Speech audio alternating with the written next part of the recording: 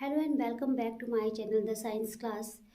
हमारा चैप्टर 6 चल रहा है और चैप्टर 6 का टॉपिक है टिश्यू, है ना। आपका चैप्टर 6 कौन सा है? टिश्यू के बारे में है, ठीक है। तो प्रीवियस वीडियोस में हमने पढ़ लिया टिश्यू होता क्या है। टिश्यू क्या है? किसी सेल्स ग्रुप, किसी सेल्स का एक ग्रुप जो होता है वो क्या कहलाता है? टिश्यू कहलाता है। जिनका जो काम होता है, फंक्शन होता है, वो एक ही होता है। मतलब अगर एक सेल का ग्रुप है तो वो एक ही काम करेंगे और दूसरे सेल का ग्रुप जो होंगे वो भी एक ही काम करेंगे, ठीक है। तो टिश्यूज़ क्या होते हैं? सेल्स के ग्रुप होते हैं। तो हमने क्या डिवाइड किया था टिश्यू को? प्लांट टिश्यूज़ और एनिमल टिश्यूज़ में, ठीक है। तो प्लांट टिश्यूज चल रहा था कि प्लांट टिश्यूज़ क्या होते हैं, उनके काम क्या हैं और वो कितने भागों में डिवाइडेड होते हैं, ठीक है। तो प्लांट टिश्यूज़ को हमने 2 पार्ट में डिवाइड किया था, एक मेरिस्टेमेटिक टिश्यू एंड एक परमानेंट टिश्यू। तो मेरिस्टेमेटिक टिश्यू क्या है? ऐसे टिश्यूज़ जो यंग प्लांट्स में पाए जाते हैं, मतलब जिनको ज़रूरत है अभी, जो यंग प्लांट्स को बढ़ने में क्या करते हैं, हेल्पफुल होते हैं, वो क्या कहलाते हैं? Meristematic tissues. और इनकी क्वालिटी क्या होती है? ये डिवाइड होते रहते हैं। इनको हिंदी में भी क्या बोलते हैं? विभाज्योतक ऊतक। मतलब जिनमें डिवाइड होने की प्रवृत्ति या नेचर पाया जाता है, मेरिस्टेमेटिक टिश्यू पाए जाते हैं, ठीक है। हमारे पास कोई यंग प्लांट है, अभी उसको ज़रूरत किस चीज़ की है? बड़े होने की, है ना। बड़े होने की ज़रूरत है। तो उनमें वो बड़े कैसे होंगे? जब उनकी सेल्स क्या होंगी? फर्दर डिवाइड होती जाएंगी, डिवाइड होती जाएंगी, डिवाइड होती जाएंगी, फिर वो क्या होंगे? बड़े हो जाएंगे। जब वो बड़े हो जाते हैं, यंग प्लांट्स जब बड़े हो गए, मैच्योर हो गए, तो उनमें क्या बात हो गई? अब ग्रोथ होगी। और वो ग्रोथ कैसी होगी? स्टेबल होगी। अब उनको बढ़ना नहीं है, उनकी ग्रोथ क्या होगी? स्टेबल होगी। कि उनके कार्यों का क्या होगा? डिवीज़न होगा कि अब इनको क्या काम करना है। लीव्स बन गई, मेरिस्टेमेटिक टिश्यूज़ के थ्रू लीव्स बन गई, स्टेम ग्रो हो गई, रूट ग्रो हो गई उनकी। अब उनके जो ये ग्रोइंग पार्ट्स हैं, उनके फंक्शंस का डिवीज़न होगा, ठीक है। तो वो किस में आएगा? परमानेंट टिश्यूज़ में आएगा, ठीक है। तो मेरिस्टेमेटिक टिश्यूज़ में क्या होता है? डिवाइड होता रहता है। और परमानेंट टिश्यू में क्या होता है? डिफ्रेंसिएशन होता है उनके फंक्शंस का, ठीक है। तो यहाँ क्या है? मेरिस्टेमेटिक टिश्यू क्या होती हैं? Cells are capable for cell division and have totipotency. Then what is totipotency? Totipotency क्या है? जो सेल्स होती हैं वो क्या होती हैं? डिवाइड होती जाती हैं, डिवाइड होती जाती हैं, डिवाइड होती जाती हैं, और वो डिवाइड होकर के मैच्योर होकर के नई सेल का फॉर्मेशन कर देती हैं। तो ऐसी सेल क्या कहलाती है? टोटीपोटेंट। और ये प्रोसेस क्या कहलाती है? टोटीपोटेंसी। ये डिटेल आपको 11th चैप्टर में, 11th क्लास में ये टोटीपोटेंसी के बारे में आपको पढ़ने के लिए मिलेगा, ठीक। तो मेरिस्टेमेटिक टिश्यू क्या होते हैं? ऐसे सेल्स जो होती हैं वो कैपेबल फॉर सेल डिवीजन के योग्य होती हैं और उनमें टोटीपोटेंसी की क्वालिटी पाई जाती है, ठीक। जबकि परमानेंट टिश्यूज जो होते हैं उनमें सेल डिवीजन का काम नहीं होता, सेल डिफ्रेंसिएशन का काम होता है, ठीक है। अब इनका नेचर कैसा होता है? क्योंकि मेरिस्टेमेटिक टिश्यू में क्वालिटी होती है डिवीज़न की, इसलिए मेरिस्टेमेटिक टिश्यूज़ जो होती हैं, उनकी जो सेल्स होती है वो बहुत थिन वॉल होती है। अगर थिक वॉल होगी तो वो जल्दी जल्दी डिवाइड कैसे करेंगे? नहीं कर पाएंगे। थिन वॉल मतलब बहुत पतली उनकी सेल वॉल होती है, जिससे डिवीज़न में क्या होता है? मदद होती है, जल्दी जल्दी वो डिवाइड होते हैं। फिर है no intercellular space between them. ऐसे मेरिस्टेमेटिक टिश्यूज़ की जो सेल्स होती हैं उनमें किसी भी तरह का इंटरसेलुलर स्पेस नहीं पाया जाता। मीन्स वो एक दूसरे से सट कर बनी हुई होती हैं। जैसे ये सेल हो गई आपकी, तो ये ऐसी रहेंगी या ऐसी रहेंगी, इनका जो भी शेप है वो उस शेप में रहेंगी। इनके बीच जो स्पेस है वो नहीं पाया जाएगा, तभी तो ये हेल्पफुल होंगी उसकी किसी भी प्लांट्स के ग्रोथ के लिए, ठीक है। अगर स्पेस पाया जाएगा तो उसमें कोई भी फ्लूइड आने की क्या होती है? पॉसिबिलिटी आती है। तो इनके सेल्स के बीच किसी भी तरह का स्पेस नहीं पाया जाता है, ठीक है। इंटरसेलुलर स्पेस किसे कहते हैं? सेलुलर मतलब दो सेल्स के बीच में पाया जाने वाला जो खाली जगह होती है उसको क्या बोलते हैं हम? इंटरसेलुलर स्पेस, ठीक। अब इनका साइटोप्लाज्म जो होता है डेंस होता है एंड कंटेन लार्ज न्यूक्लियस। इनका जो साइटोप्लाज्म होता है वो कैसा होता है? गाढ़ा होता है, डेंस होता है, और ये बहुत बड़ा न्यूक्लियस रखते हैं, ठीक है। तो इनका साइटोप्लाज्म गाढ़ा, क्योंकि जब सेल डिवीज़न होगा तो हर चीज़ का क्या होगा, डिवाइड होगा। जैसे साइटोप्लाज्म गाढ़ा है, आधा साइटोप्लाज्म इसमें रह गया, आधा साइटोप्लाज्म दूसरी नई सेल में आ जाएगा, तो इनका जो साइटोप्लाज्म होता है वो क्या होता है, गाढ़ा होता है और इनमें एक लार्ज न्यूक्लियस पाया जाता है। ठीक है, इनमें वैक्यूल्स नहीं पाए जाते हैं। क्यों? क्योंकि इनका काम स्टोरेज का नहीं है, ये सेल डिवीज़न के काम में क्या होते हैं, बिजी रहते हैं। No vacuoles. ठीक,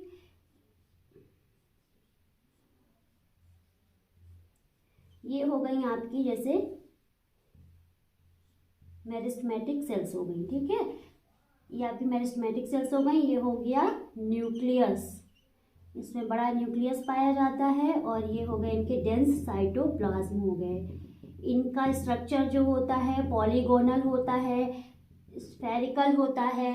ठीक है, इनके स्ट्रक्चर स्फेरिकल पॉलीगोनल डिपेंड करते हैं कि ये किसके सेल्स हैं या किसके मेरिस्टेमेटिक टिश्यूज हैं। ठीक, तो ये हो गया इनका nature, thin wall, no intercellular space, no vacuoles and contain large nucleus. ठीक, अब है अक्रेंस, ये पाए कहाँ जाती हैं। ठीक है, they are growth tissue and fine growing region, क्योंकि ये ग्रोथ टिश्यू हैं, मतलब प्लांट्स को ग्रो करने में हेल्प कर रहे हैं, इसलिए ये प्लांट्स के किस पार्ट में पाए जाएंगे, हमेशा ग्रोइंग पार्ट्स में पाए जाएंगे, जहाँ से पौधे क्या कर रहे हैं, ग्रो कर रहे हैं। ठीक है, तो आप बताइए ग्रोइंग पार्ट्स क्या क्या हो सकते हैं। अगर हमें पौधों की हाइट बढ़ानी है ऊपर से भी और नीचे से भी, तो ये कहाँ पाए जाएंगे, इनके टिप पे पाए जाएंगे, या तो स्टेम टिप रहेगी या तो रूट टिप रहेगी। ठीक, तो अगर स्टेम टिप ऊपर पाए जा रहे हैं तो इसके ऊपरी भागों में क्या होगी, ग्रोथ होगी, लीव्स आएंगे, और नीचे रूट टिप में पाए जाएंगे तो क्या होगा, रूट्स बढ़ेंगी।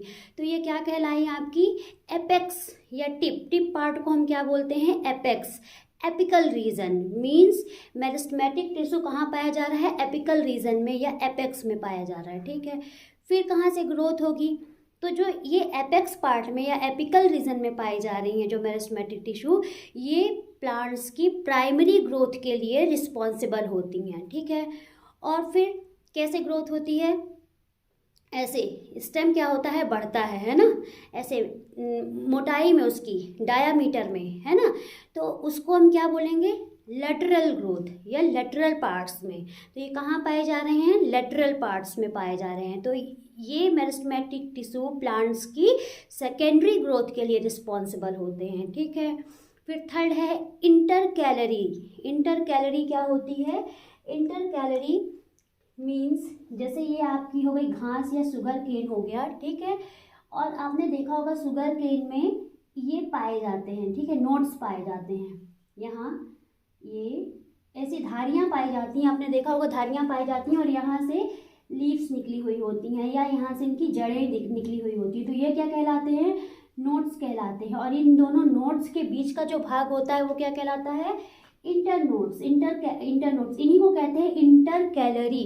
मीन्स यहाँ पे भी क्या होती हैं, मेरिस्टेमेटिक टिश्यूज पाए जाते हैं जो कि नोड्स को बढ़ाने का काम करते हैं। ये नोड्स ऊपर गई और ये इस कंडीशन में ये नोड्स क्या होती हैं, बढ़ती हैं ऊपर और नीचे की ओर। ठीक है, तो मेरिस्टेमेटिक टिश्यूज प्लांट्स के, चूँकि इनमें डिवाइडेशन की प्रॉपर्टी होती है, क्वालिटी होती है, तो ये प्लांट्स की हमेशा ग्रोइंग पार्ट्स में पाए जाते हैं। ग्रोइंग पार्ट्स क्या क्या हो गए, एक तो टिप हो गया जिसे हम एपिकल रीजन बोलते हैं, एक लेटरल पार्ट हो गया और एक इंटर कैलरी पार्ट्स हो गया। ठीक है, 3 पार्ट्स में ये पाए जाते हैं। एपिकल मीन्स स्टेम या रूट्स। ठीक है, फिर सेकेंड है लेटरल मीन्स जो डायामीटर में ग्रो करे, और फिर इंटर कैलरी मतलब जो नोड्स के बीच की लंबाई को बढ़ाता है। ठीक है, तो है apical meristem tissue situated in growing tip of stem and root, example root apex and shoot apex। ठीक है, means growing tip। ठीक है, growing tip कैसी हो गई, ये आपका एक प्लांट हो गया। ठीक है, ये रूट हो गई और ये इसकी लीव्स हो गई यहाँ, तो ये क्या हुआ, ये टिप है इसकी टिप, और ये रूट की टिप है। ठीक। तो मीन्स कहाँ पाए जा रहे हैं, ये हो गया इनका एपिकल, ये रूट अपेक्स हो गया, ये शूट अपेक्स हो गया। मीन्स एपिकल मेरिस्टम टिश्यू कहाँ पाए जा रहे हैं, इनके इन पार्ट्स में पाए जा रहे हैं। और इनका फंक्शन क्या है, elongation of root and stem, increase height of the plant. मतलब रूट और स्टेम के इलोंगेशन में ये काम करते हैं, जिससे प्लांट की क्या होती है, हाइट बढ़ती है, इंक्रीज होती है। ठीक। दूसरा है लेटरल मेरिस्टम। ठीक। लेटरल मेरिस्टम क्या होता है, found beneath the bark and vascular bundle of dicot. Dicots क्या होते हैं, डाई मतलब दो और कॉट मतलब कॉटिलेडॉन्स। मोनोकॉट और डाइकॉट दो तरह के प्लांट्स होते हैं। ठीक है। मोनो मीन्स वन और कॉट मीन्स कॉटिलेडॉन्स। कॉटिलेडॉन्स क्या होते हैं, जो सीड होता है, सीड के अंदर जो वाइट वाला पार्ट होता है उसको हम बोलते हैं कॉटिलेडॉन्स। मीन्स जिन्हें हम दो बराबर भागों में नहीं बांट पाते हैं वो मोनोकॉट कहलाते हैं, और जिन्हें दो बराबर भागों में हम सीड के अंदर वाले पार्ट को डिवाइड कर देते हैं वो डाइकॉट कहलाते हैं। जैसे जिनमें ऐसा स्ट्रक्चर बीजों में पाया जा रहा है वो क्या कहला रहे हैं, डाइकॉट कहला रहे हैं। ठीक है। डाइकॉट कहला रहे हैं जिनमें ऐसा स्ट्रक्चर पाया जा रहा है। ठीक। तो ये क्या कहलाता है, हाँ, और ये कहाँ पाए जा रहे हैं ये, हाँ, इनका फंक्शन क्या है, इंक्रीज डायामीटर। मीन्स जैसे ये तो लेंथ में बढ़ा रहे हैं और ये क्या कर रहे हैं, उनकी डायामीटर में इंक्रीज कर रहे हैं। ठीक है। और रिस्पॉन्सिबल किसके लिए होते हैं, सेकेंडरी ग्रोथ के लिए, जबकि एपिकल मेरिस्टम टिश्यू रिस्पॉन्सिबल होते हैं उनकी प्राइमरी ग्रोथ के लिए। फिर थर्ड है intercalary meristem tissue, located base of leaves and internodes. कहाँ पाए जाते हैं, इंटरनोड्स और बेस ऑफ लीव्स। ये हो गई आपकी घास या शुगर केन ले लीजिए। ठीक है। लोकेटेड बेस ऑफ लीव्स, यहाँ से क्या हुई, लीव्स आपकी निकल रही हैं, लीव्स एंड इंटरनोड्स, और ये इंटरनोड कहला रहे हैं। तो यहाँ पे इंटरकैलरी मेरिस्टम टिश्यू क्या होंगे, सिचुएटेड रहेंगे। ठीक है। इनका काम क्या होता है, इनकी लीव्स को बढ़ाना और इंटरनोड्स को इंक्रीज करना। इंटरकैलरी मेरिस्टम टिश्यूज का ये काम होता है। ठीक है। तो यहाँ से आपका जो प्लांट टिश्यू है वो प्लांट टिश्यू का जो मेरिस्टेमेटिक टिश्यू अगर हम पढ़ रहे थे अभी एक पार्ट, वो कंप्लीट हो रहा है। ठीक है। तो प्लांट टिश्यूज को हमने टू पार्ट्स में डिवाइड किया, एक मेरिस्टेमेटिक टिश्यू और एक परमानेंट टिश्यू। मेरिस्टेमेटिक टिश्यू में क्या था, यंग प्लांट्स के ग्रोथ के लिए रिस्पॉन्सिबल होते हैं। मेरिस्टेमेटिक मतलब डिवीज़न होते रहना, तो डिवाइड हो करके वो प्लांट्स को क्या करते हैं, ग्रोथ देते हैं। तो मेरिस्टेमेटिक टिश्यू चूँकि डिवाइड होते रहते हैं, तो इस आधार पर प्लांट्स के किन किन पार्ट्स में पाए जाते हैं, तो उनके अंदर क्वालिटी डिवाइडेशन की होती है, इसलिए हमेशा प्लांट्स के ग्रोइंग रीजन में पाए जाएंगे। तो प्लांट्स के ग्रोइंग रीजन कितने टाइप्स के होते हैं, फर्स्ट होता है एक तो वो ऊपर टिप से बढ़ेगा और नीचे की टिप से बढ़ेगा, मतलब एपिकल रीजन। तो मेरिस्टेमेटिक टिश्यूज एपिकल रीजन में पाए जाते हैं। फिर वो डायामीटर में बढ़ेगा, मीन्स वो मेरिस्टेमेटिक टिश्यू लेटरल पार्ट में पाए जा रहे हैं। फिर वो नोड से बढ़ेगा तो इंटरकैलरी पार्ट में पाए जा रहे हैं। ठीक है। तो यहाँ से क्या हुआ, एक प्लांट की क्या हुई, ग्रोथ हो गई मेरिस्टेमेटिक टिश्यू से। अब जब कोई प्लांट की ग्रोथ हो जाती है तब कौन से टिश्यूज़ का काम आ जाता है, परमानेंट टिश्यूज़ का, जहाँ पे ग्रोथ का कोई काम नहीं होता है। मीन्स परमानेंट टिश्यूज़ क्या होते हैं, जिनमें किसी भी तरह का सेल डिवीज़न नहीं होता है। परमानेंट टिश्यूज़ में सेल्स के फंक्शन पे ध्यान दिया जाता है कि कौन सी सेल क्या फंक्शन करेगी। ठीक है। उनकी शेप के बारे में बात की जाती है, उनकी साइज़ के बारे में बात की जाती है, उनके काम के बारे में बात की जाती है। तो ये वर्क किसका होता है, परमानेंट टिश्यूज़ का होता है। तो परमानेंट टिश्यूज़ को भी फर्दर हम कई पार्ट्स में डिवाइड करते हैं, जिसके बारे में हम आगे भी पढ़ेंगे। पहले हम देखेंगे मेरिस्टेमेटिक टिश्यू और परमानेंट टिश्यूज़ में अंतर क्या होता है, डिफरेंस क्या होता है, जो कि आपके एग्ज़ाम के हिसाब से बहुत ही इम्पॉर्टेंट क्वेश्चन बनता है। तो चलिए बात करते हैं, what is the difference between meristematic tissues and permanent tissues. ठीक। परमानेंट टिश्यूज़ के बारे में मैंने बता दिया कि परमानेंट टिश्यूज़ में क्या होता है, डिवीज़न बिल्कुल स्टॉप हो जाता है, और बात होती है किसकी, केवल उनके फंक्शंस की, कि वो फंक्शन क्या करेंगे, उनका डेफिनेट शेप क्या होगा, उनकी साइज़ क्या होगी, इसके बारे में बात होती है। ठीक, तो हम चलिए बात करते हैं कि इनमें डिफरेंस क्या होता है। पहला डिफरेंस है, अभी जितनी बातें हमने की है उसी को डिफरेंस में डाल देना है। पहला है सेल्स और स्मॉल, स्फेरिकल और पॉलीगोनल, अनडिफ्रेंशिएटेड। ठीक, इनकी सेल्स क्या होती हैं, स्मॉल होती हैं या स्फेरिकल या पॉलीगोनल हो सकती है, जो कि अनडिफ्रेंशिएटेड होती हैं। जबकि परमानेंट टिश्यूज में क्या होता है, cells are large, differentiated with different shape. ठीक है। सेकंड है वैक्यूल्स और नियरली एब्सेंट। अभी हमने बात करी थी कि जो मेरिस्टेमेटिक टिश्यूज होते हैं उनमें न्यूक्लियस क्या होता है, काफ़ी विजिबल होता है और बड़ा होता है, क्योंकि इनका काम क्या होता है, डिवाइड होने का होता है, स्टोरेज का काम नहीं होता है। इसलिए इनमें न्यूक्लियस क्या होते हैं, वैक्यूल्स क्या होती हैं, एब्सेंट होती हैं।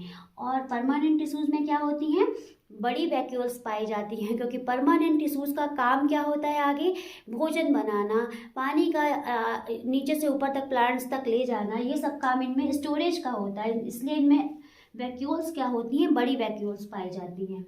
फिर इंटरसेलर स्पेस आर एब्सेंट। जो मेरिस्टेमेटिक टिश्यूज होते हैं, क्योंकि डिवाइड का काम करते हैं, इसलिए इसमें जो इंटरसेलर स्पेस होता है सेल्स के बीच में, वो एब्सेंट होता है। जबकि परमानेंट टिश्यूज में क्या होता है, प्रेजेंट होता है।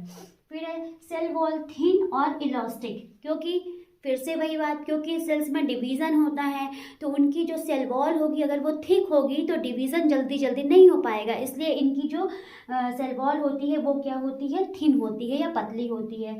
जबकि परमानेंट टिश्यूज़ को किसी भी तरह का डिवीज़न नहीं करना है, तो इनकी सेल वॉल थिन भी हो सकती है और थिक भी हो सकती है। फिर ये एक टाइप के सिंपल टिश्यूज होते हैं, सिंपल टिश्यू होते हैं। जबकि परमानेंट टिश्यू क्या होते हैं, सिंपल भी हो सकते हैं, कॉम्प्लेक्स भी हो सकते हैं और स्पेशलाइज्ड उनकी साइज हो सकती है। ठीक है। फिर nucleus is large and prominent, मतलब जो मेरिस्टेमेटिक टिश्यूज होते हैं उनमें जो न्यूक्लियस होता है वो बड़ा, लार्ज पाया जाता है और विजिबल होता है, दिखता है। जबकि परमानेंट टिश्यूज में स्टोरेज का काम आ जाता है। तो आपको पता है प्लांट सेल्स में वैक्यूल्स बड़ी होती हैं जो न्यूक्लियस को पुश कर देती हैं, तो न्यूक्लियस क्या होता है, साइटोप्लाज्म में किनारे चला जाता है और वैक्यूल्स क्या होती हैं, उससे बड़ी पाई जाती हैं। तो इसमें क्या होता है, nucleus is less clearly visible, होता तो है लेकिन लेस क्लियरली विजिबल होता है। फिर high metabolic rate, meristematic tissues का जो मेटाबॉलिक रेट होता है वो हाई होता है, क्योंकि वो काम कर रही हैं जल्दी जल्दी, क्या काम कर रही हैं, डिवीज़न का। तो काम करने के लिए उनका मेटाबॉलिक रेट क्या होगा, वो हाई होगा। जबकि इनका क्या होता है, परमानेंट टिश्यूज का मेटाबॉलिक रेट स्लो होता है। फिर है cells are living, meristematic tissues की सेल्स जो होती हैं वो लिविंग होती हैं, डिवाइड होती रहती हैं। जबकि इनकी सेल्स क्या होती हैं, मे बी डेड हो सकती हैं। फिर है provide growth to the plant, meristematic tissues का काम क्या होता है, ग्रोथ प्रोवाइड करना, किसी भी प्लांट्स को ग्रोथ देना। और परमानेंट टिश्यूज का काम क्या होता है, protection, support, conduction and storage. Protect करने का काम करते हैं, कंडक्शन करने का काम करते हैं, जैसे फूड बन गया या वाटर है उसको कंडक्ट कर रहे हैं, स्टोरेज कर रहे हैं और क्या कर रहे हैं, प्लांट को सपोर्ट दे रहे हैं, प्रोटेक्शन दे रहे हैं। तो ये क्या हुआ आपका, मेरिस्टेमेटिक टिश्यू और परमानेंट टिश्यूज में क्या हो गए, डिफरेंस हो गए। ये आपके एग्जाम के दृष्टिकोण से इम्पॉर्टेंट है, इसलिए इसको आप अच्छे से एक बार अपनी बुक से भी रीड करिएगा। जहाँ ना समझ में आए वो आप कमेंट बॉक्स में कमेंट करके मुझे बता सकते हैं। ठीक है। तो यहाँ जितनी बातें हमने पहले करी थी उन्हीं को हमने इसमें क्या कर दिया, डिफरेंस में लिख दिया। जो चीज़ें इनमें हैं वो परमानेंट टिश्यूज में एब्सेंट हैं। केवल वॉल को लेकर के हमने कहा कि थिक या थिन हो सकती है, और सेल्स जो हैं वो मे बी लिविंग भी हो सकती हैं, डेड भी हो सकती हैं। बाकी इसमें जितने भी पॉजिटिव हैं उसमें उसकी अपोजिट बातें जाएंगी। ठीक है। तो इनको आप अच्छे से पढ़ लीजिए। नेक्स्ट हम अब पढ़ेंगे परमानेंट टिश्यूज के बारे में, जैसे जाइलम, फ्लोएम और पैरेन्काइमा, स्क्लेरेन्काइमा, जो भी है वो हम अभी नेक्स्ट वीडियोस में पढ़ेंगे। अगर आपको आज का पढ़ाया हुआ कंटेंट समझ में आता है तो वीडियो को लाइक करें, ज़रूरतमंदों को ज़रूर शेयर करें और मेरे चैनल को सब्सक्राइब करें। Thank you.